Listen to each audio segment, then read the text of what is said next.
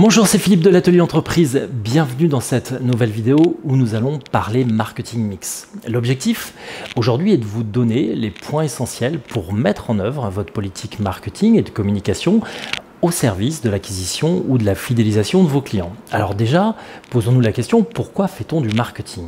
Tout simplement pour aider à la réalisation des objectifs de vente que vous vous êtes fixés lors de la construction, peut-être de votre business model ou en fin d'année fiscale pour préparer l'année suivante. Et pour ceux qui ne sont pas encore passés par cette étape, je vous invite tout simplement à visionner la vidéo sur la construction du business plan ou bien la télécharger en dessous donc de cette vidéo. Alors s'agissant de la communication, comme son nom l'indique, il s'agit de diffuser un message auprès de votre cible, que ce soit donc vos prospects ou bien vos clients, et selon les cas, vous utiliserez des techniques différentes ou supports pour y parvenir. Je pense notamment aux réseaux sociaux, aux campagnes d'emailing, peut-être aux campagnes de télémarketing que vous allez produire, ou bien peut-être aux annonces radio que vous allez diffuser, bref, le canal le plus adapté à votre stratégie marketing. Lorsqu'on parle de marketing mix, on aborde 4 points ou 4 composantes. Déjà, le produit en lui-même, forcément.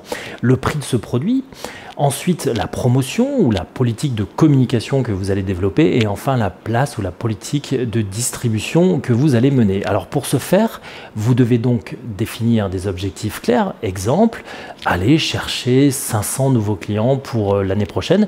Et cet objectif doit être réaliste. Cela ne sert à rien de vous aventurer dans la fixation d'objectifs qui ne sont pas atteignables. Pensez donc à vérifier au préalable si vous êtes notamment créateur et partez de zéro, quel était le niveau de chiffre d'affaires de votre concurrent direct les premières années où il a lui-même commencé, ou bien le vérifier vous-même pour valider de manière concrète si vos objectifs de vente sont cohérents. Alors, premier aspect du marketing mix, vos produits. Il n'est ni plus ni moins que votre proposition de valeur ou la réponse que vous allez apporter concrètement à votre segment de clientèle. Deuxième composante, le prix est celui que vous fixez sur le marché, en cohérence déjà avec votre concurrence, mais aussi selon la proposition de valeur que vous amenez, notamment l'innovation peut-être que vous apportez. Et le bon prix est celui que le client est prêt à payer pour s'offrir votre produit. Prenez l'exemple notamment d'Apple qui n'a cessé d'augmenter son prix de vente des iPhones depuis le démarrage de son activité jusqu'à notamment l'iPhone X. Et devant la concurrence toujours plus innovante et agressive de Samsung notamment, Apple revoit ses prétentions à la baisse pour l'iPhone 11. Donc le prix psychologique est donc déterminé par l'usage que le consommateur en fait, mais aussi par le jeu de la concurrence.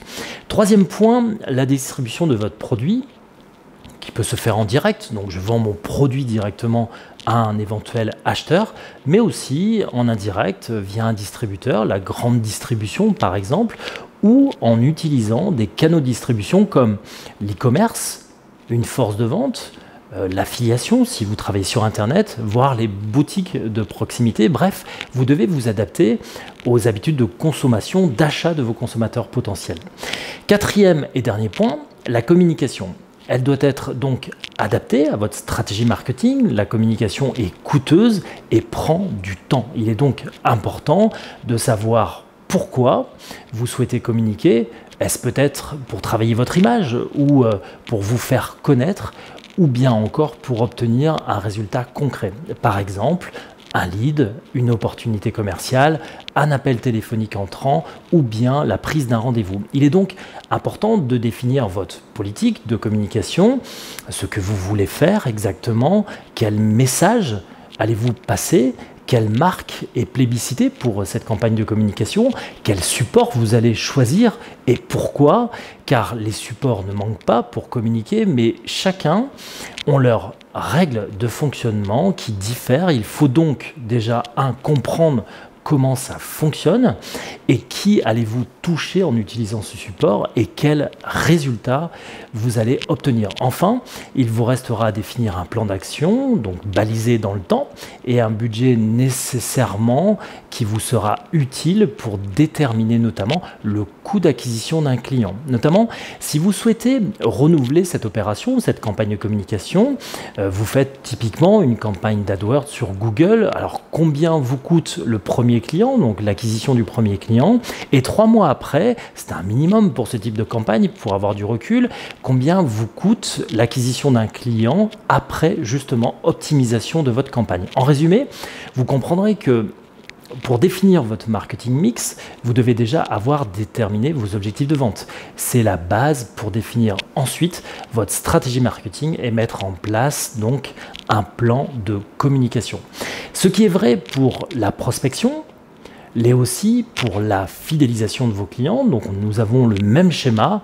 Quel message je véhicule, quel levier j'utilise et quel budget je mets au pot et pour quel résultat. Voilà, j'en ai terminé pour cette vidéo. Si vous avez des questions, je vous laisse mettre un commentaire en dessous de cette vidéo. Merci pour votre écoute et je vous retrouve très vite pour une nouvelle vidéo.